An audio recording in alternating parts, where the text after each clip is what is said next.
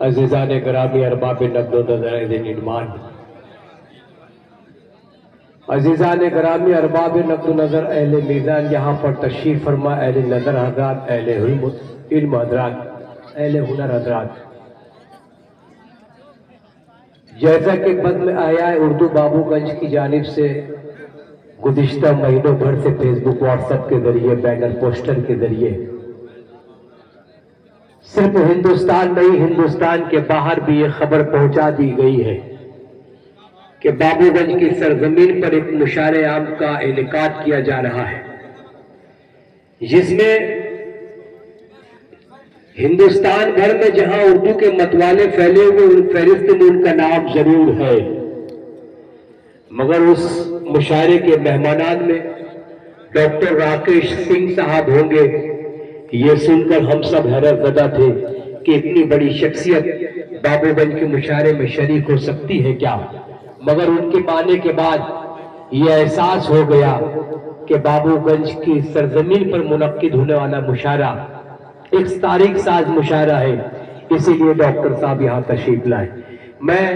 Doctor Rakesh Singh صاحب کا تہ دل سے آبھاری ہوں۔ شری راکیش سنگھ صاحب کے ساتھ ہمارے امیش دیویدی صاحب تشریف لائے ہیں، جو ایملسی پرتاپ گڑھ، آپ شکشا منتری کی حیثیت رکھتے ہیں اس سرزمین پر۔ سر آپ آ گئے، یہ نوجوانوں کا حوصلہ بلند ہو گیا۔ جب تک امیش جی جیسے لوگ، راکیش سنگھ جیسے لوگ اس دھرتی پر رہیں گے تب تک ہندوستان مسکراتا رہے گا۔ ایک بار دونوں صاحبان کے لیے تالیاں بجائیے۔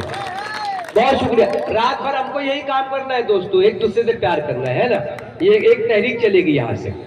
اب ہمارے درمیان بیٹھے ہوئے ایوب ڈالر صاحب جو بھیونڈی سے تشریف لائے ہیں، محفوظ الرحمان صاحب جو صدر مشاعرہ ہے، یہ دونوں صاحبان آپ کی محبت میں تشریف لائے، کیا ضرورت تھی؟ بھیونڈی سے چل کر تکلیف اٹھا کر آپ کے درمیان اگر وہ شریک ہوئے ہیں تو اس کا مطلب یہ ہوا کہ وہ آپ سے محبت کرتے ہیں۔ جب یہ آپ سے محبت کرتے ہیں تو آپ کا بھی اخلاقی فرض ہے کہ آپ تالی بجا کر ان کا استقبال فرمائیں۔ چاہیے کہ وہ بازی والوں کا احترام کرے، گرنے سے جو بجائے۔ جب ہماری یہ تہذیب پر روشن قائم ہو جائے گی تو تب میں کہوں گا کہ ہمارے امیش یادو جی، ہمارے امیش جیوی جی کامیاب ہوئے ایملسی شکشا منتری، تب میں کہوں گا کہ ڈاکٹر راکیش سنگھ جی کامیاب ہوئے ہیں، تب میں کہوں گا کہ ہمارے کنور بہادر پٹیل جی کامیاب ہوئے، تب میں کہوں گا کہ تبارک بھائی کی، افضل پردھان کی اور ہمارے کمال بھائی کی، الطاف جی کی، شکیل بھائی کی محنت رنگ لائی ہے۔ کیا شعر کہا شاعر نے، اسے کوئی ضرورت نہیں ہے۔ جو بیٹھے ہوئے بیچارے شعراء کرام، میرا بھائی علی طویل آزاد کلیم گڑبڑ صاحب ہے،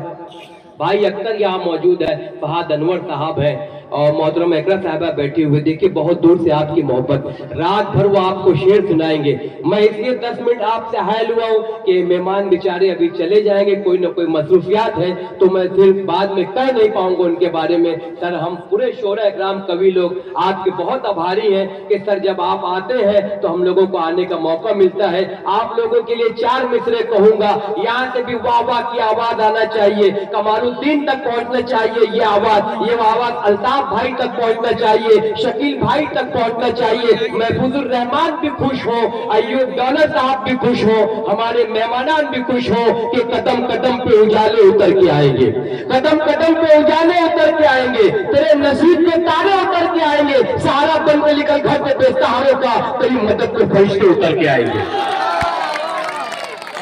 تیری مدد پہ فرشتے اتر کے آئیں گے۔ سبحان اللہ و بحمدہ، سبحان اللہ العظیم، وہی معبود ہے جس کی ہم عبادت کرتے ہیں، اسی کے دم سے یہ ذرہ ذرہ حرکت میں آتا ہے، اس کی حمد و ثنا تک کہاں تک کرے، ہماری زبان قوت گویائی، ہماری سماعت محروم ہے اس طاقت پہ، مگر اللہ کا فضل کرم ہے کہ ذرے ذرے میں اس کی عقیدتیں شامل ہیں، ذرے ذرے میں اس کی رحمتیں شامل ہیں۔ شاعر نے شعر کہا کہ میں کیا بتاؤں وہ کتنا قریب ہے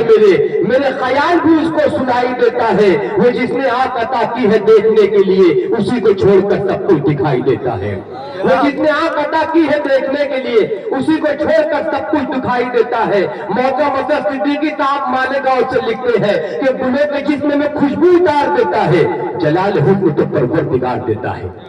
گلوں کے جسم میں خوشبو اتار دیتا ہے، جلال حسن تو پرور بگاڑ دیتا ہے، وہ ہر بہت ہے موتیوں سی چمک، وہ لفظ لفظ میں جلوے ہزار دیتا ہے، وہ لفظ لفظ میں جلوے ہزار دیتا ہے. خدا کی بے پناہ ہم